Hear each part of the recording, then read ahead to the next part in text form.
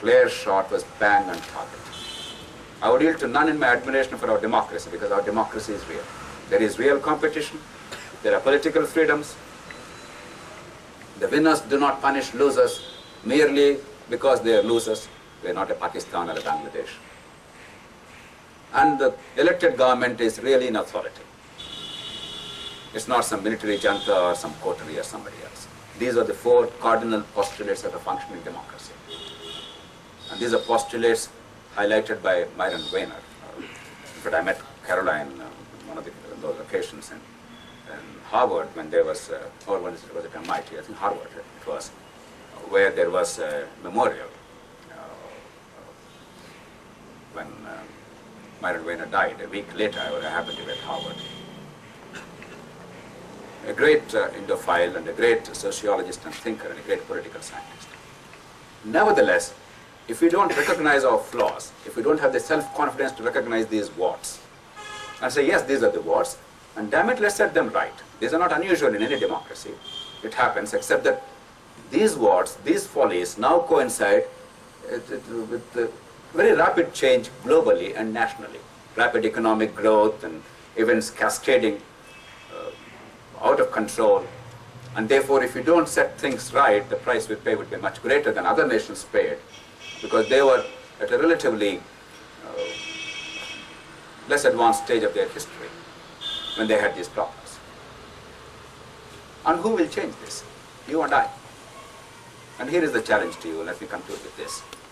If we all listen to this, have an interaction and have some discussion on some issues and disagreements on some issues, which is the spice of any kind of discussion and debate, and then leave it at that and go back home and do nothing else, then with due respects, most respectfully, we have no business to discuss it. If we are not going to be partners in change, if we're not going to be a part of the answer, we already have become a part of the problem. Particularly because we are the enlightened ones. We are the privileged ones. We have both the brain power and the economic muscle. We have voice. We can enforce accountability. And there are many of our class, I do not know about this group, who take great pride in saying that they never vote. We don't even care to know whether we are registered to vote or not. We want to change things. No country was ever changed peacefully in a democratic environment without three classes of people coming together. The middle classes, the media, and the elites, the intellectual elites, the financial elites, and the elites in terms of shaping public opinion. Unless these three groups broadly recognize where the nation is headed and what kind of a society they want to build. They may have ideological differences. There will be 100 differences in policy. They may disagree with each other violently. But if they don't recognize the common thread and look at that and say, let's do that, you can never have peaceful change. You may have violence, you may have some cataclysmic events, but you will not have peaceful transformation. Freedom struggle was one such period when all these three groups came together to bring about peaceful change. It was not an accident. And today, we think that our task is fulfilled if we simply revile politicians, indulge in some very esoteric and very minute debate on very inessential things and ignore the fundamentals, and then go back to our lives as usual. And this engagement during the freedom struggle and all over the world in democracy started with civic engagement in their cities and towns. Jawaharlal Nehru was mayor of Allahabad. Vitsalbhai Patel and Vallabhbhai Patel were mayors of Ahmedabad. Chittaranjan Das was mayor of Calcutta, as was his great disciple and ultimately a leader who outshone his master, Subhash Chandra Bose. Subsequently, he became the mayor of Calcutta.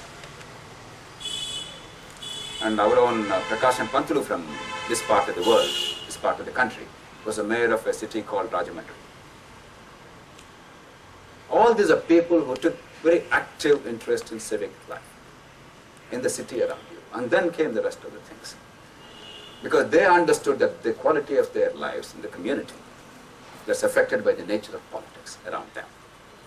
And they cannot afford to take a line that because they ignore politics, they are very mighty human beings or they are very worthy human beings. And those who are involved in that are ugly and they're filthy. There's nothing more disgraceful than that approach. Here is a challenge to you. We have now created an ethical and moral platform, doing what we all believe collectively to be the right kind of politics. Transparent political party, honest and voluntary membership, leadership by secret ballot and democratic choice, no opportunity to expel members merely because they dissented, completely transparent and accountable political funding with legitimate use, and transparent choice of candidates, and credible and legitimate candidates, and never deviate from these, no matter how strong the provocation. And somebody was talking about our using mechanisms to reach out to people, not about what Lok Sabha is bringing to the table. That's typical elite discourse in this country, if you call it elitary. And most of all, doing politics differently. No rasta roko, no band, no matter what. Recognize other people's rights. And exercise of your rights does not mean that you extinguish other people's rights. Now, if this is not credible ethical politics today, pray tell me what is.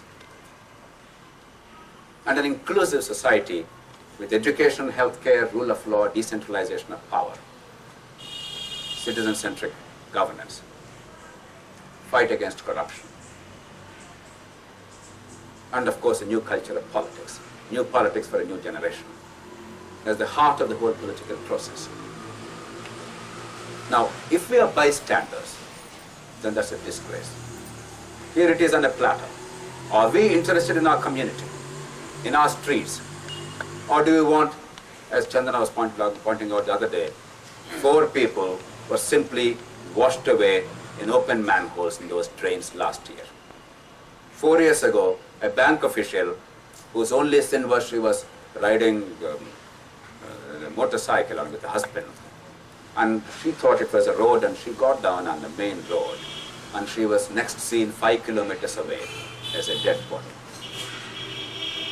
merely because she committed the mistake of getting down on the road with a 10 millimeter or 15 millimeter rainfall. And if we do not do it, who else will do it? Let me conclude with what I read recently. I was very inspired. Yehudi Bauer, I believe is the name, if I get it right.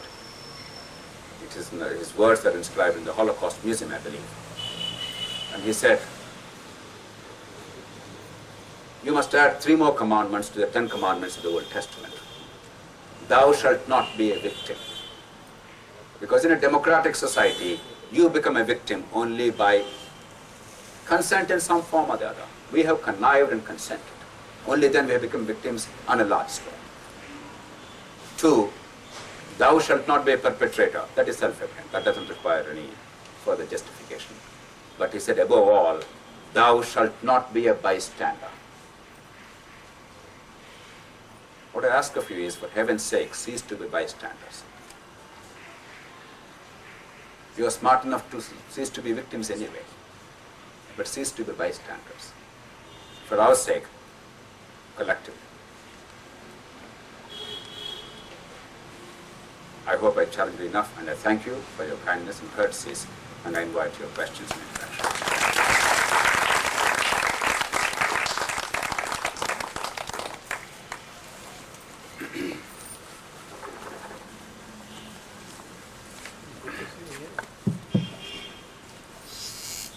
Yeah, thank you for your inspiring speech. Ravi will start off. I only wanted to say one thing. I don't know what's happening in the US, but we have an Obama here. You speak very well.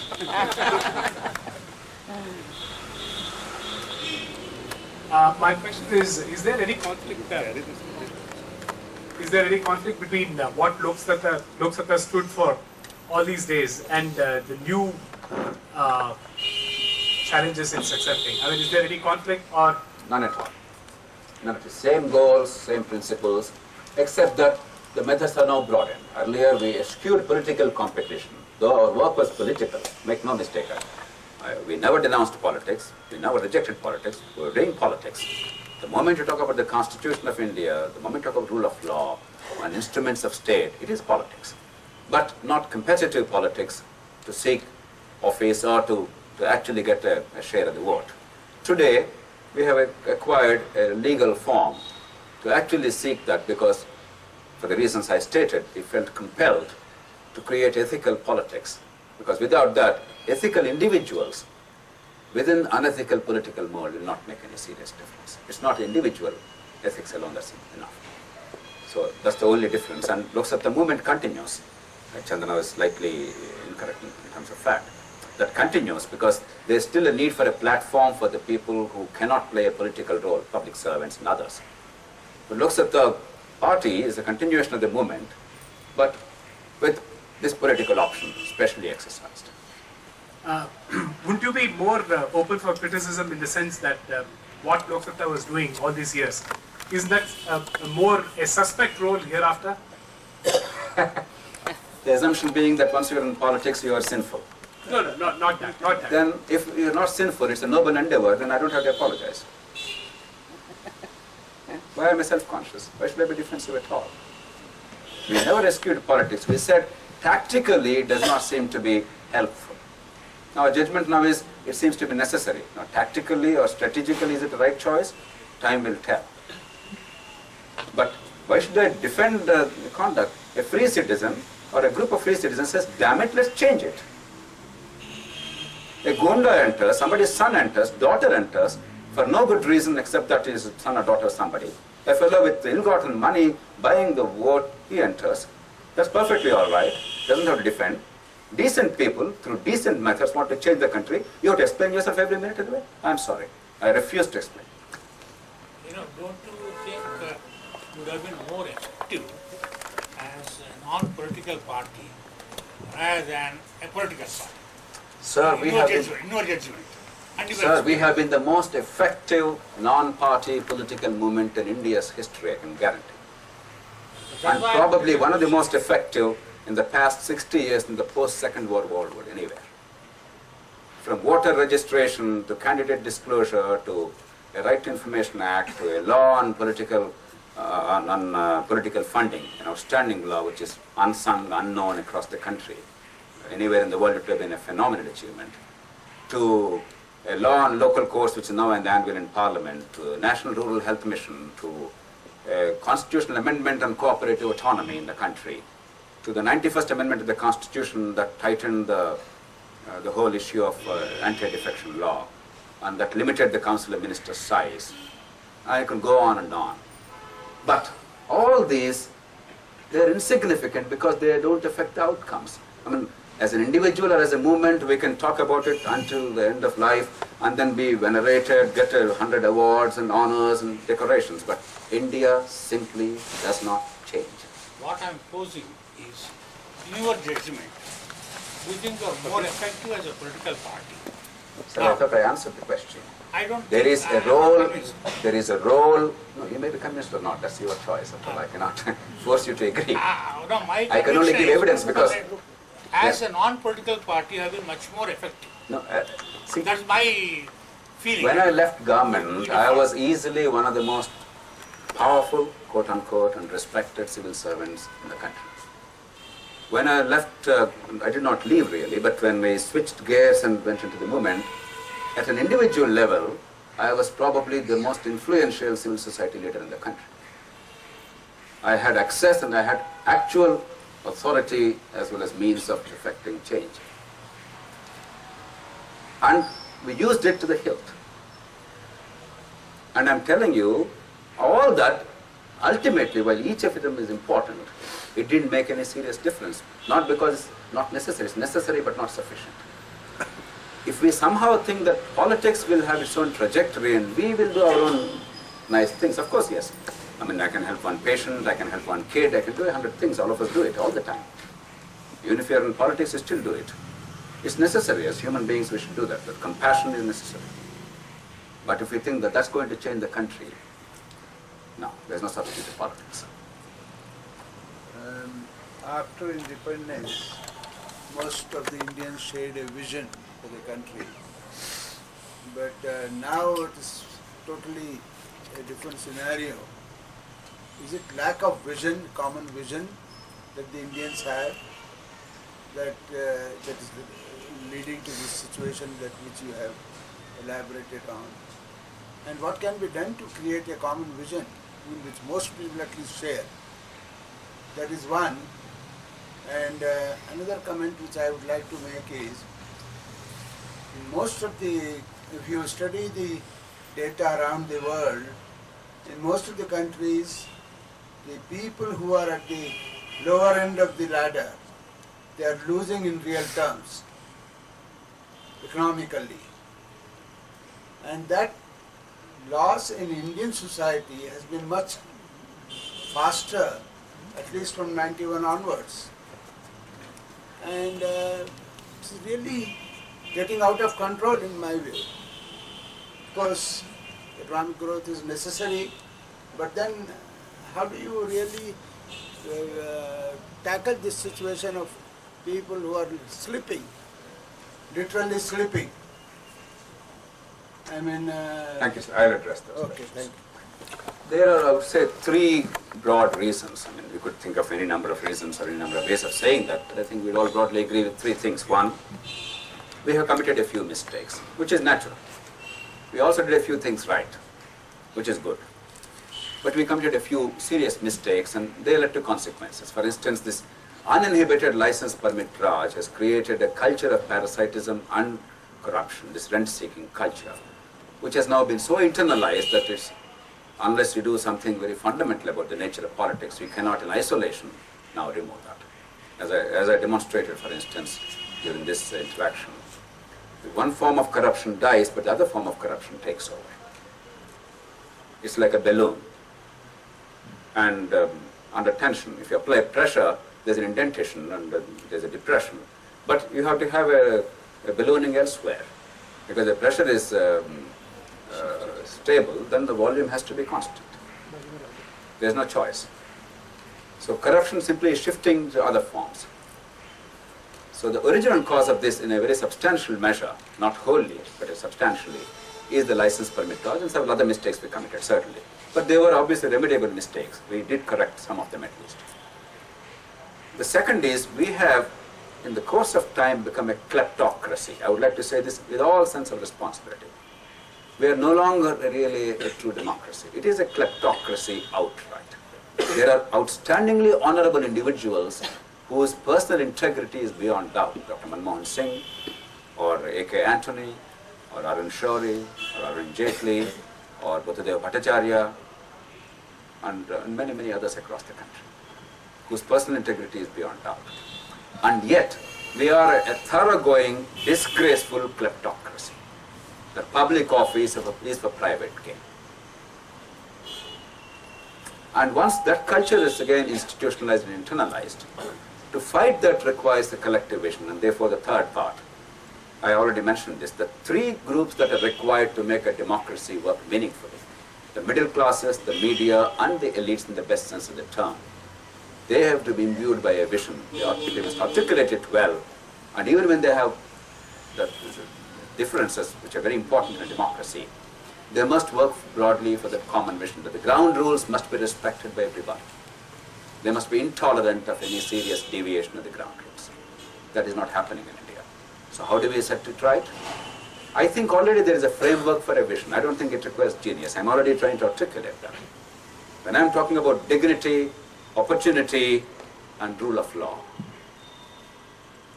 when I'm talking about decentralization of power, empowerment, when I'm talking about fighting corruption, and there are mechanisms to fight corruption, it's not merely a slogan. There are ways to do it. And clean politics, to completely transform the nature of politics, the political culture itself. I think there is sufficient basis for a vision, which nobody could seriously get, from the extreme socialist to the extreme market economist. We could agree. There is no serious disagreement on this. Therefore, it's not for want of ideas. Already I think we have the basis, and that's the basis of the party. It's just that either we are too willful, magnifying our minor differences, or we are too lazy, concealing our inability to act in tremendous verbiage. You see, 90s, 1 second sir, I'll just make one more comment.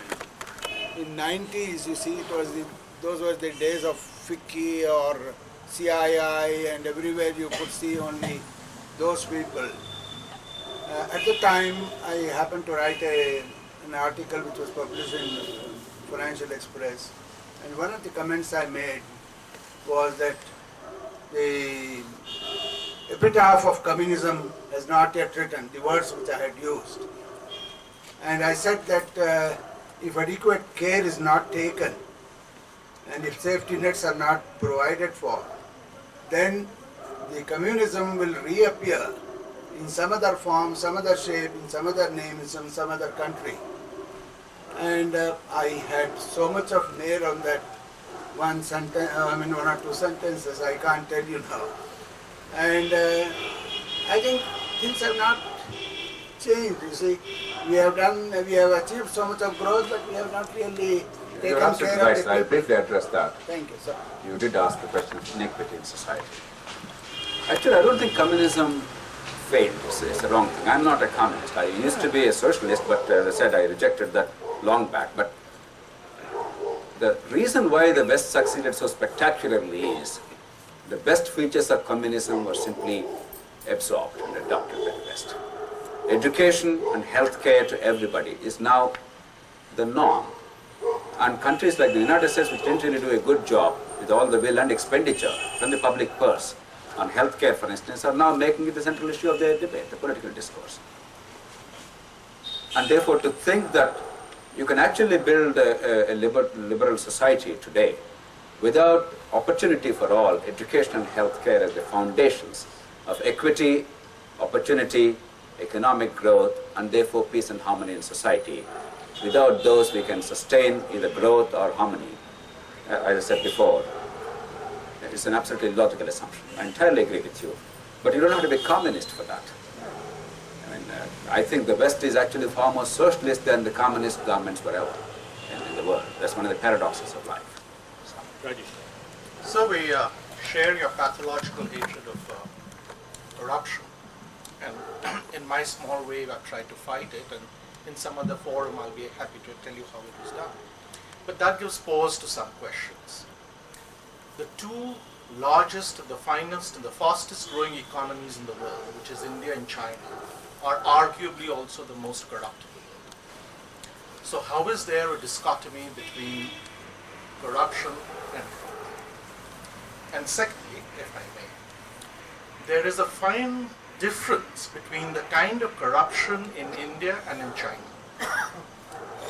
The problem with Indian corruption is that these public sector companies are drained out of all their resources by the few who manage it. And the entire capital is wasted. The way they do it in China, and this is why Hong Kong survived, I think, is that when any company has to be created or enlarged, 30% of that automatically grows to a very nebulous entity called lawyers. In a sense, it is nothing other than the politicians sitting in Beijing. Now, what this does is, it ensures the growth of that company. They make sure that that company and that capital, public capital, is not wasted. And therefore, it leads to, in fact, a spectacular rate. And in fact, it is putting corruption to good use, if at all it can ever be done. This is the difference, primary difference between the two kinds of corruption, both of which must be eliminated, but which is why one is a drain on our society, while the other may or may not be. Any thoughts on that? Three brief responses. The first is, some years ago, when Dr. Manmohan Singh was in the opposition, I was telling him one day, I think over breakfast, I said, sir, if you bring down corruption in central excise and customs, the growth rate of India would grow by about 1% per annum. The good economist that he asked me a question, he said, what's the evidence? I was nonplussed. I said, look, I'm not an econometrician, so I don't have quantitative evidence. It's an anecdotal evidence I'm supplying, but you can make your own inquiries. Years later, actually a study was conducted by Bhanojit Rao and others, which showed that it is a very regressive analysis based on some tremendous amount of quantitative evidence.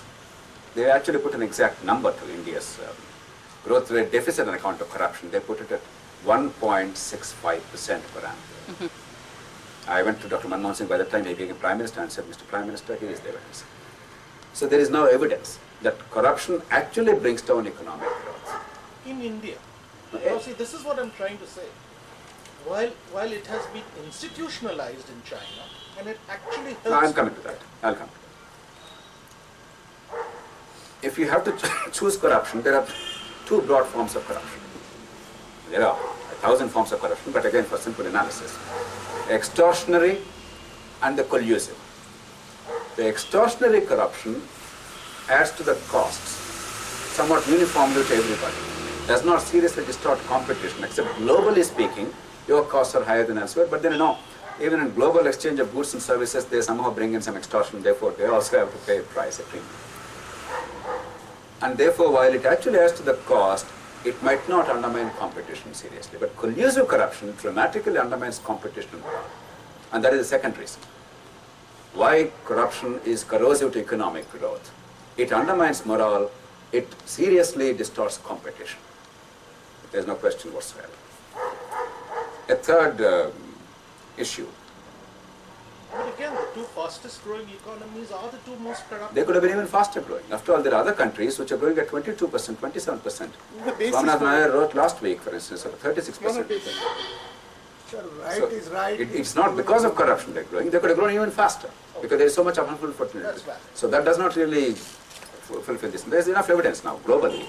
There's enough evidence by rigorous analysis to show that corruption actually dampens growth. But there is a third important point, the point made by a colleague here.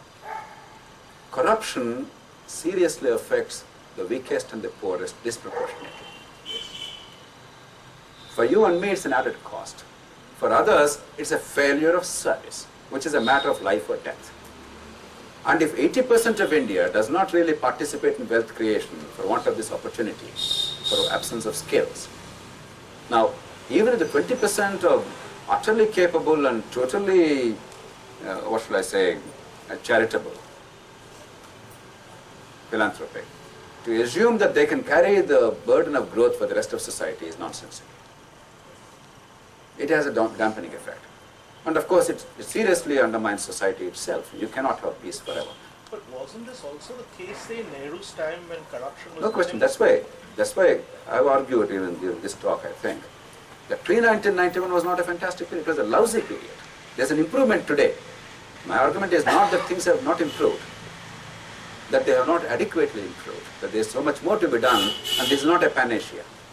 That's all the argument. So I'm not arguing that pre-1991 was good, and today it's bad. No, not at all. No, but if you don't take 91 as the base, but if you take Nehru's government as the base, where arguably we had amongst the finest politicians in the world, the growth was abysmal. Reasons were different. No, I'm not denying it, but that's not entirely related to corruption. That's because at least competition was allowed, enough corruption is not allowed. Reasons were entirely different. Today, JP, politics is full-time business. Today's politicians are full-time politicians. Now, your endeavor is to get the best minds, best people out of society who are involved in full-time occupation one way or the other and bring them into politics. Isn't that a task that's not likely to happen? It's entirely likely to happen, and it will happen. And it's not necessary to devote a lifetime or full-time to politics, unless you are the Prime Minister of the country, which, let's face it, I mean, it's unlikely that we'll have many Prime Ministers sitting here. So in some key positions, yes.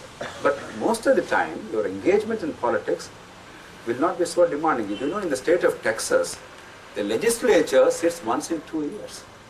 And Texas has a larger economy than the whole of India today. And Texas is thriving, it's surviving. So the assumption that you have to be a full-time politician, even at a legislative level, even at a civic level, in the city level, is nonsensical. Nowhere in the world does it happen that way. And supposing you actually become the mayor of the city, during that time maybe you have to readjust quite a bit, therefore you do substantial part of your time, not full-time.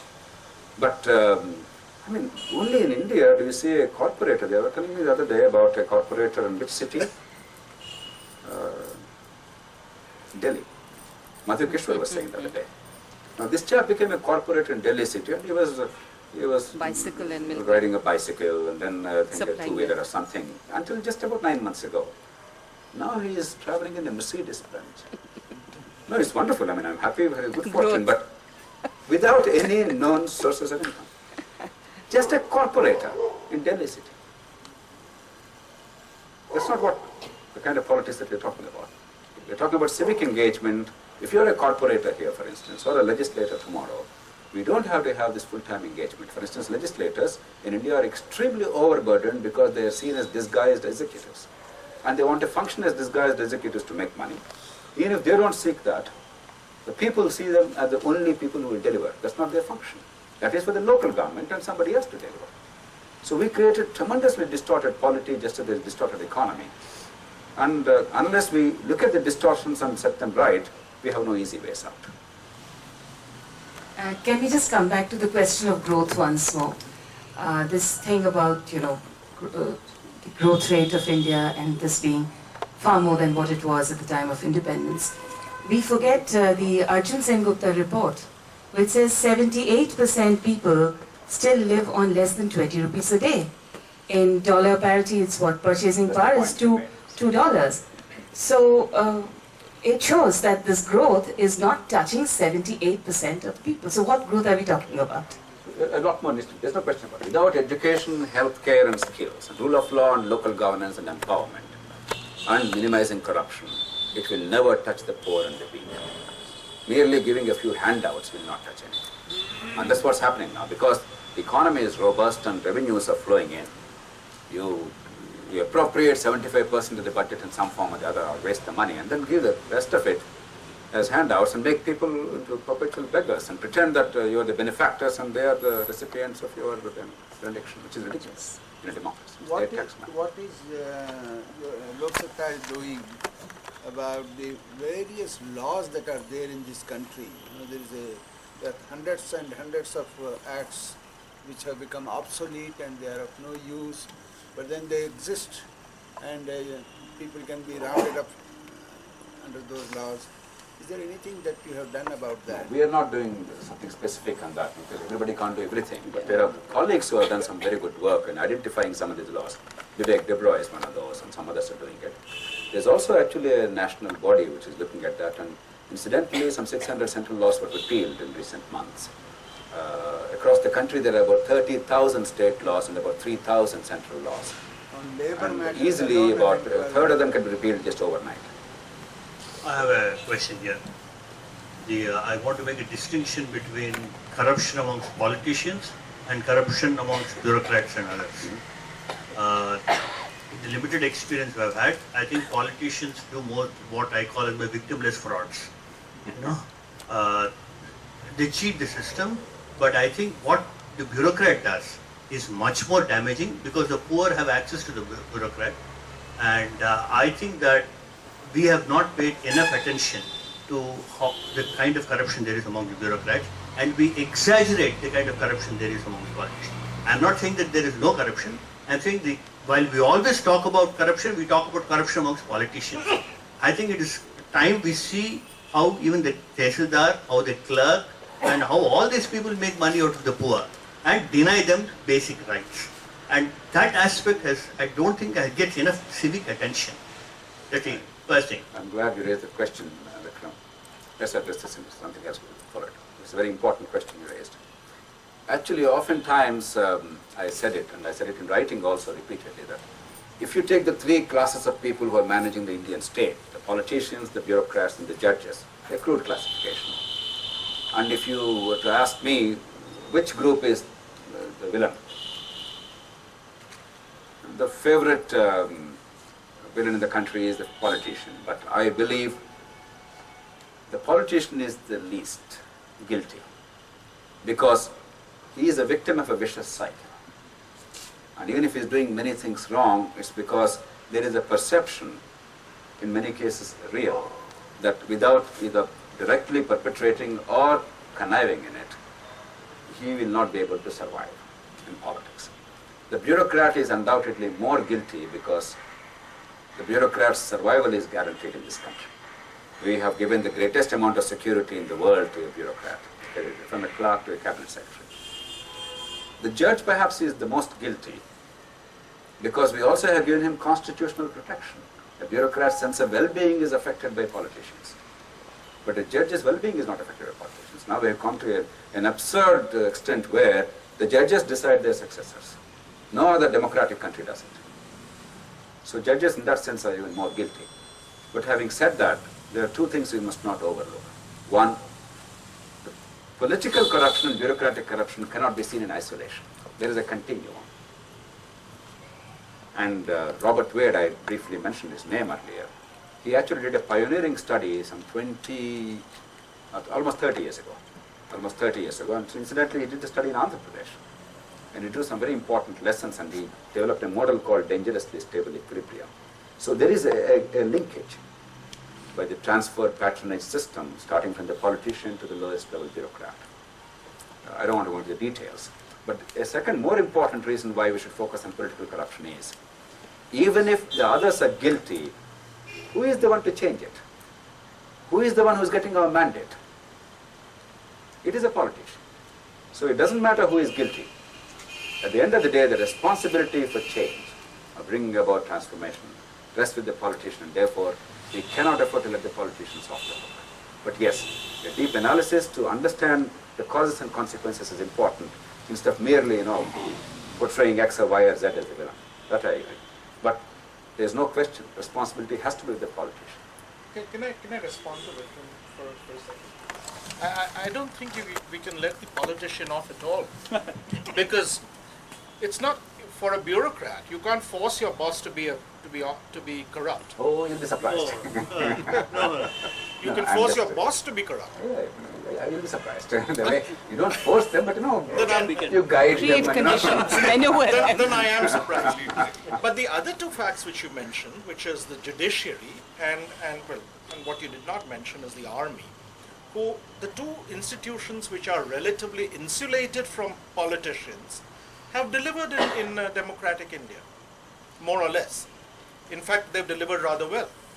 So I think the politician's effect, his role is so perverse that it inflicts other areas of society, and those that they cannot touch function well, or those who are constitutionally protected. No, this is one thesis which is The gaining election ground. commissioner The of other India day, works Lindo, well. in fact, I was having a conversation just about 6 days ago or so, probably 7 days ago. So he was saying, at that time he was reading a book called The Rise of the Unelected. That is Lindo's favorite theme. He hates the elected politicians, by the way. He hates them with a rare passion, with a very visceral kind of feeling. I always argued against that when he was chief election commissioner and later citizen too. I believe he was completely wrong in that animosity. That's not the right way to change Very things. strong. But anyway, He is very strong. yeah, and they're very dangerous for us, in my opinion. So I am all for these autonomous institutions of state, no question about it. But to assume that they will deliver when the political process fails, or that they could be a substitute for sound politics, is a dangerous assumption. It's a road to dictatorship. It's like Musharraf actually was clean. There is no allegation of corruption against Musharraf. I don't know if you're familiar. Despite 8 years of governance, he gave competent governance, he gave competent and effective local governments, the economic growth went up and there's no corruption. But the fact is it's a dictatorship. It's unacceptable, it's illiberal, it's undemocratic. And even apart from that, corruption is inevitable eventually, even if there's no corruption today in an illiberal regime. So while I do want the Election Commission's autonomy and the Supreme Court's autonomy to be preserved, to think that they are now institutions that came from Mars and therefore they must be completely left alone is too dangerous. I don't want to say some things because after all constitutional authorities must be protected for our own sake, but there are enough follies there to be very wary of that. There must be accountability there. But they are the less dangerous. They have Okay, preserved the balancing is, democracy. let's put it this way, balancing is required, but they are not an answer to the problem. It's not the answer, but it does point the way to who is the most corrupt. The one behind. Just to respond to what he was saying, just to respond to what he was saying, I'm sort of a lawyer and I know that the judiciary is fairly corrupt, at least at the lower levels. Well, let's leave it at that. Not because of fear of contempt of court. I said this before Supreme Court judges, incumbent judges, but no. The problem is media and judiciary are still two moral institutions with all their imperfections. Therefore, while we must set them right, we must not destroy them. So the balance is required in our discourse also. So I am very mindful of some of the problems of judiciary, but I think point is well taken. Let's leave it at that. Maybe one point, if you permit. You see, the bureaucracy is the legacy of British, the kind of bureaucracy we have inherited. If you know the way they have changed in Britain, in fact, even the senior people are on contract, and there is a whole lot of change in the bureaucratic engagement there in UK. But we have not changed. In my 40 years of work, we are very close to the very close to the government. My experience is that there are very, very few, or rather rarely you come across a bureaucrat who is really wanting to change things and improve. Otherwise, 90% of them or more than that are status quo people. They are sitting over dirt, and in those departments, I am not talking of the linkage between the bureaucrat and the politician. I am talking of the corruption within the department, where the bureaucrat is presiding over. They do nothing. Most of them do nothing.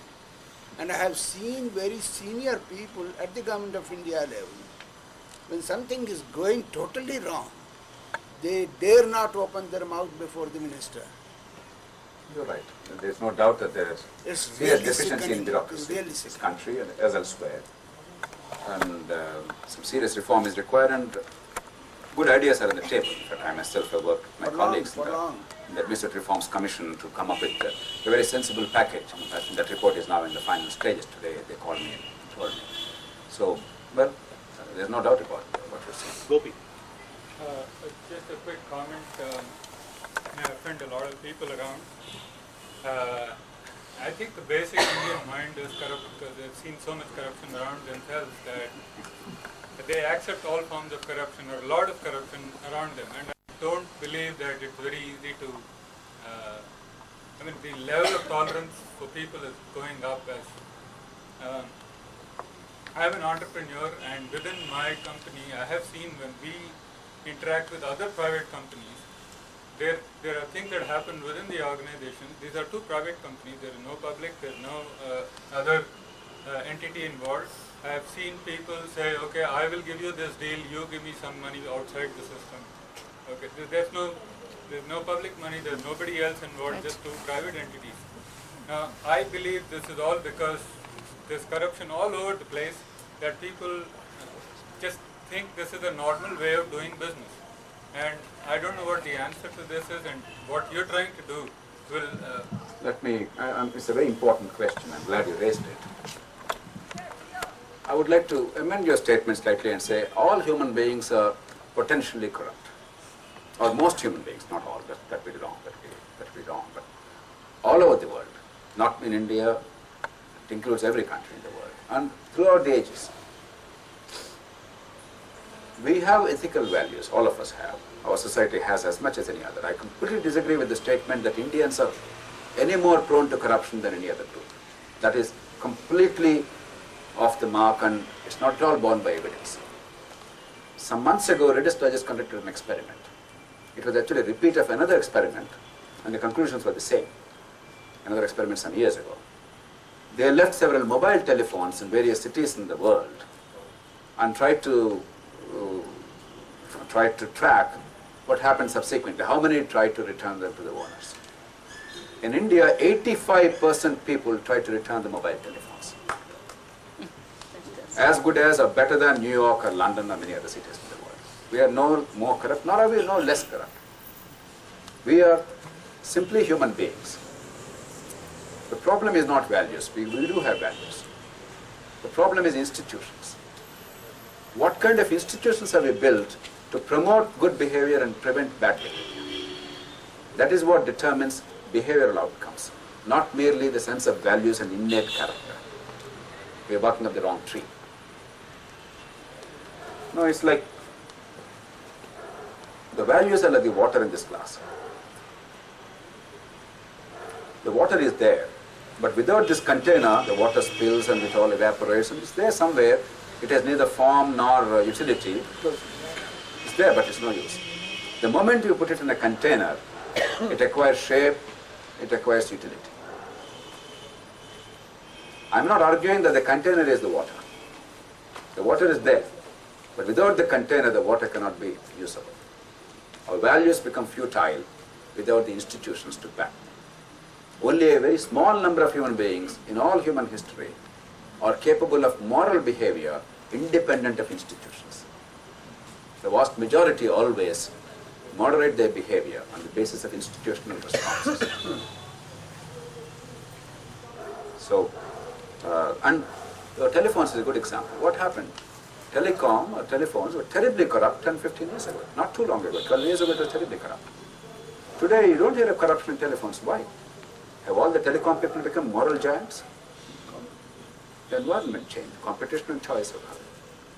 Or railway reservations, or 100 other things. So we have to build institutional framework to really protect values. Yes. You threw a challenge to us. You said, don't be bystanders. But coming to the reality, Ajay spoke of, many of us who are involved full time in our professions. In reality, how do we help you? You've thrown a challenge, but I'm not sure how this translates into action. Now, if you don't feel offended, No, I'm sure there are many who share my concern. why do you assume that the people who are engaged in this are people who are worthless and have no other work? No, I didn't mean that. Not at all. So, No. okay, no, I was just being Yeah. flippant because you. But seriously, I do believe that civic engagement, even in the political process in a direct way, need not take you away from your profession. Yes, there is going to be some readjustment. It's possible with a part of your time, and anyway we use that time for so many other things, you can do this. But if that's not possible for everybody, not everybody can do that, not everybody needs to do that. Everybody needs to be a legislator or a corporate. You can still play a role. First of all, for heaven's sake, register as a voter. Not too much to ask. For heaven's sake, start voting. Not too much to ask. For heaven's sake, start articulating what is right and build an opinion. Be a part of the solution. And ethical politics requires ethical resources, accountable resources. And contribute whatever you can and help other people to contribute. Even Mahatma Gandhi in those days had a 2 crore rupee fund to build the movement. Politics, serious politics takes money. Not loads of money, the thousands of crores that these politicians are spending today, no. But a fraction of that is still required. So raise resources, create a buzz, and become the elite. Try and build that consensus between middle class, media, and the elites. In each of these, we have a role to play. There are 100 things we could do and should do. I have another question on this. That's a personal choice. I gave you many options. So you decide what you think you can do best. First, begin by enrolling as a voter. Begin by becoming politically active, that I will not be silent and I will start raising my voice collectively, or in some cases even individually. And I will look at answers and I will holler until the answers are found. And if you have the time, I will engage politically. You don't have to be a contestant, but at least be a participant.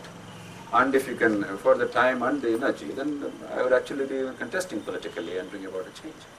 So there are many ways to do it. And at all times you can contribute. I hate to be anecdotal, but I would like to say this. I am a professional cricket kit distributor during elections. Yeah. Okay? Yeah. This is I don't know whether it happens in other states, So it but happens in Andhra Pradesh hugely. And in one constituency where I work for the past 25 years now, we regularly distribute cricket kits. And thanks to what the Election Commission is doing, there we have people chasing us. So our task is to distribute cricket kits before the people chasing Election Commission. Clandestine. And, but what appeals to me is, in this cricket kit distribution, is that in one meeting when we were distributing cricket kits, and luckily I was alone and I could have this dialogue, there were 300 people there. I said, instead of cricket kits, if we give you drinking water, But drinking water will come to you only after 8 years. What would you choose? Unanimously they chose drinking water. I think that the role of money in politics is more for the politicians than for the people. Absolutely. Absolutely. You hit the nail on the head. And it's the insecurity of the politicians, and it's a nice way of distributing wealth actually. Because I think periodically there will be, I am all for elections once in 2 years. More often. You must really innovate and exhaust these fellows. Yeah, but what's happening is that the poor and the people who vote, I think have a fairly clear view of what they want. It is our job to be able to kindle that in a directed fashion. Maybe people like you will make all the difference. But primarily, I think they have a clear view of what they want. But they will respond to what we say. I agree with you. Our own experience is Lok Sabha today, where it stands, for instance, in Andhra Pradesh. About 70-75% of people in Andhra Pradesh know about this. I'm talking across the whole state of Andhra Pradesh, rural, urban. A bit less in rural, a bit more in urban, a bit more in middle classes, a bit less in poorer classes, that's obvious. But across the state, about 75%. Most of them feel good about this. They want this to happen. They hope it will succeed. Most of them are skeptical it will happen. So there's a gap now because there is a crisis of confidence. Now you can overcome the skepticism. You can actually make it happen by two means. One is you must show a few successes. And that's why we're making Tirupati, the small temple town, as our first major testing ground for this. And in the next few weeks, elections are due. And today I have some survey results which show over 45% of the people are willing to vote for in a triangular contest. That means we're going to sweep. But by the time elections come, the situation will change because once the massive money power is deployed, they're going to spend 20 crores, Congress is going to spend 20 crores in Tirupati city, TDP about 10 crores, and we're probably going to spend about 10 lakhs at the most. And 200 to 1 is not a small handicap, it's a huge one.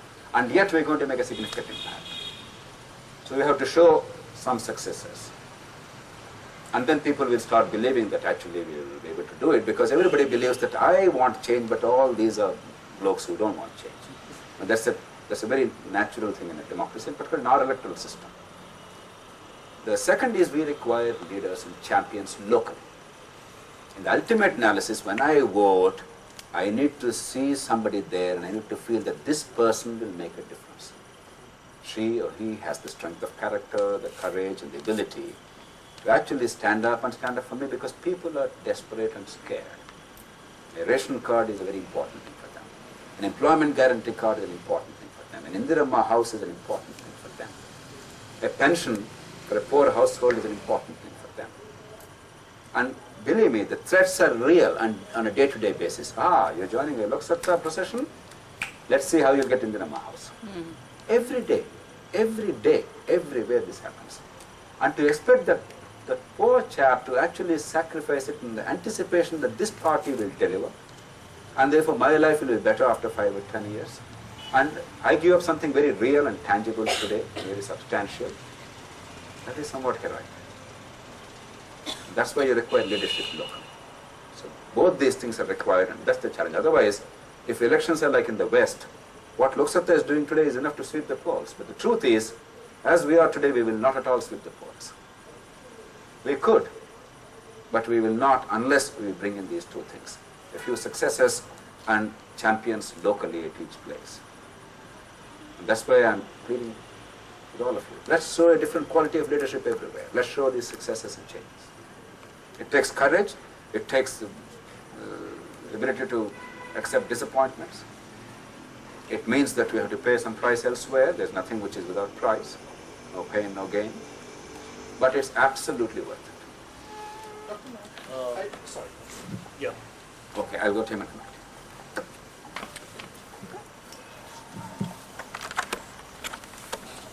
I'd like to touch upon something that actually so far has escaped this debate and which should be counted among one of our major challenges that India faces, and that is the fascist right.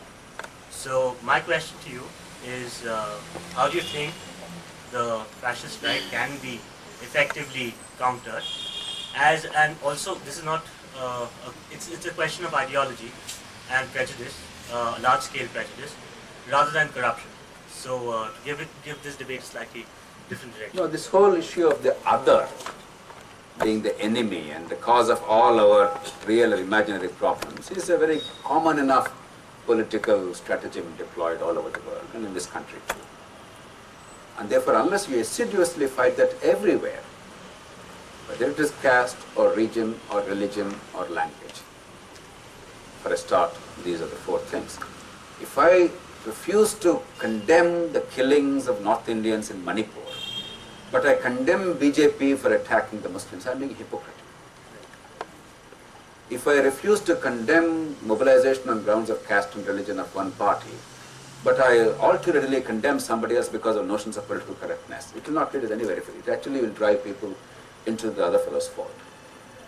If I refuse to reject the notion that the state will actually support any kind of pilgrimage from Manasarovar to Hajj pilgrimage, all are equally bad and therefore they must go. But if I say this is okay but that's not okay, then again you're actually driving the people into this. So what's happening with the politically correct people in the country is, in our anxiety to wear our secularism on our sleeves, our liberalism on our sleeves, we're actually achieving the exact opposite.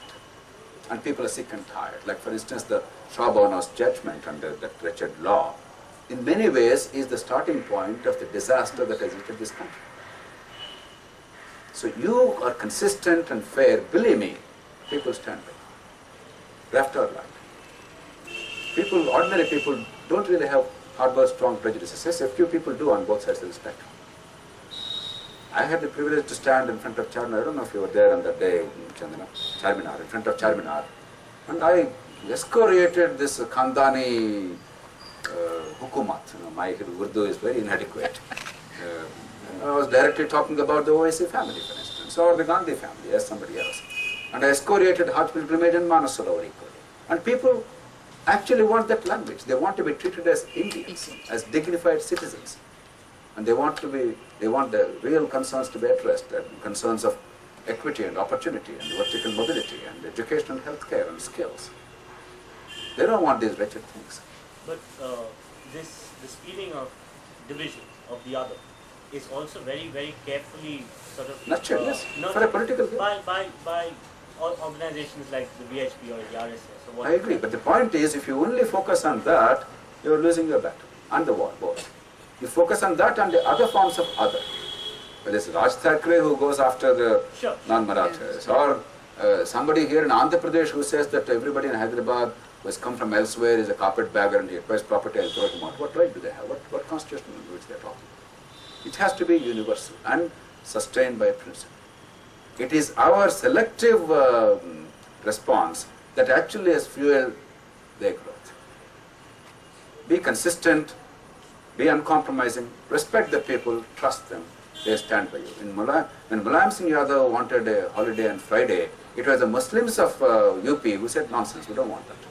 I mean, one of the amazing things, I think many people missed it. They actually declared Friday as a holiday. Yeah. Muslims of UP forced him to resign. So you must actually give up the notions of political correctness and do things equitably and fairly, consistently. Then you will be on a high ground, high platform. Then you can actually put both of them in place. But JP, that's the sheet anchor of vote bank politics It across is. all parties. It is. You can overcome that only by fair and universal application of the same principles. That's the point I'm making. There's no other principle. Yeah. It's hard because to rouse emotions one day on the basis of caste and region and religion is very easy. To make them realize the common bond and the larger picture, and it doesn't matter whether it's this caste or that religion, ultimately the perpetrator is going to change, but the injustice continues. That's harder, but people have enough good sense to recognize it. And of course, you can't merely say that one day. Your life, collectively and individually, and your organization's behavior consistently must be able to conform to these standards. Otherwise, people may be silent, but they know how much hypocrisy is there. If these parties talk about corruption, how come no people don't respond? If Lok Sabha talks about corruption, people respond immediately. Why? Credibility is the most invaluable asset in politics. You have another potential problem, JP, as I see.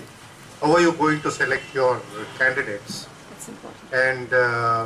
And what tests are you going to make them pass? We I'm are not not- talking of formal tests, obviously. No, we are committed to open primary elections. What it means is when the party members are not able to unite behind one candidate, and if there are two worthy candidates, and we have to determine, it will not be decided by the party leadership or something else, it will be decided by all the voters by secret ballot, whoever is willing to come forward. A primary, is it? Yeah, open primary. Open primary, where necessary. Earlier I was unabashed about it. Now I am a little more guarded because this 1 year taught me that even to institutionalize truly democratic practices, you require a lot of preparation. Our society is not yet ready for that fully.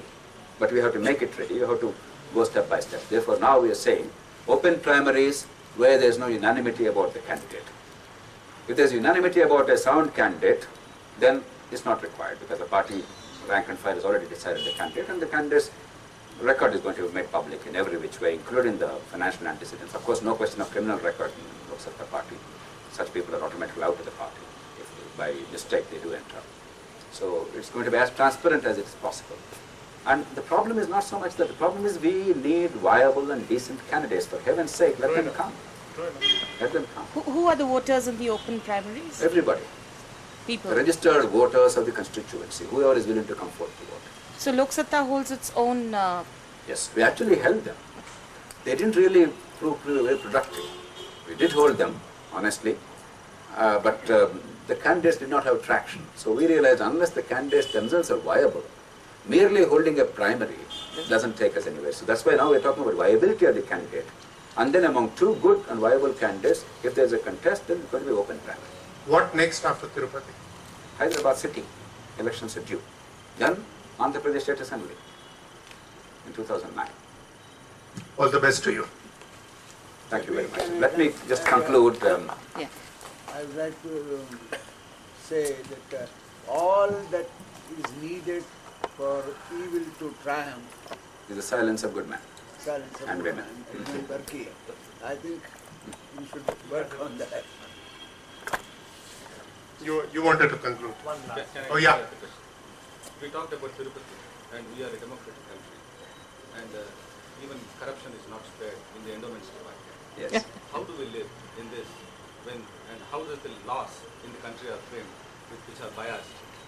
How do we have a cease to the money which is voluntarily donated to the temples, and how is it diverted to the government exchequer? So no question about it. There are many things wrong. So one of the problems How does is the law govern these? I will and address what the is limited question. There are many things which already have come up, but the question of endowment money or property being treated as public property. In fact, I must plead guilty because I was one of those, because of my own personal predilections, who believed that endowment money could be it's public money for a public cause. What you believe is good, education, healthcare, and the good works, you can do it. But now, as a libertarian who understands your right to worship and give whatever alms you can to God or God's cause, I as a state have no right to encroach upon that. But because of that mindset that the state can control everything, we have been doing that even now, I personally believe that must be changed. But the question I'm not able to answer, and I would require you to, all of you to think, is how do you create a non-state mechanism to manage endowments? I'm not talking of non-religious endowments, that is a self-created body and self-perpetuating body. But I'm talking of the religious endowments. Let's say Tirupati. Do I create a democratic mechanism? If so, who is the voter? How will you create that? I don't know. I have no easy answers. Now, SGPC has one model. The Sikh religion has a model where there is actually a democratic election. And that seems to be working with all its imperfections. So I am not able to personally come out with a model which actually will work. This is one of the few areas where I must admit. Who are the voters in SGPC? I am not very sure, but I think anybody who's registered as a member of the it's an old law right from British times. So we haven't yet created a framework for that. It's possible. Second question. Cities are getting totally choked up, and being an optimist, do we see that in the near future, a decongestion taking place, where the rural economy on which India thrives upon, where urbans will be moving to rural, but the point would be safety, healthcare, and minimum facilities for I them. take this as the last question. He's Yeah. impatient, so Yeah. I have no problem with it. I agree with you. I think the two greatest challenges, if you ask me today, are urban management and rule of law, policing. See, earlier, because societal pressure worked on individuals much better, for many good and many wrong reasons also, we had some kind of stability, even if there was a lot of discord or injustice within that stability. Today, as social controls are disappearing, weakening, rule of law and policing have become great challenges. And urbanization, with this unchecked migration in search of desperate livelihoods in urban areas, there is enormous problem, there's no question. So, in situ urbanization, as you were suggesting, is a key issue, and Lok Sabha itself is committed to building 1,000 small towns. Not that we can create a small town, you can't really order migration, but you can certainly create conditions favorable to more and more people earning their livelihoods, better water supply, drainage, and sewerage, and education and healthcare, and skills, and therefore small industrialization there, so that more and more people can be accommodated there, more livelihoods. So that there will be a natural growth of those cities, organic growth of those cities, not unchecked one, and not migration to distant big cities. In some ways, Tamil Nadu is witnessing that. Not in full measure, but Tamil Nadu is the only state where there is some kind of in situ urbanization, as opposed to urbanization by migration. So something like that we have to engineer through sensible government policies and a lot of other things. And I believe that's one of the great challenges in India. And I don't think the policymakers and our economists are really addressing this at all. We are taking this as a very casual issue. Let me conclude. Friends, I'm a great optimist. I think that's evident today. I'm also a realist. I know, probably more than most Indians, how terrible the situation is in some respects. Sometimes knowledge has a problem. You're compelled to shed your innocence sometimes, not your intellect.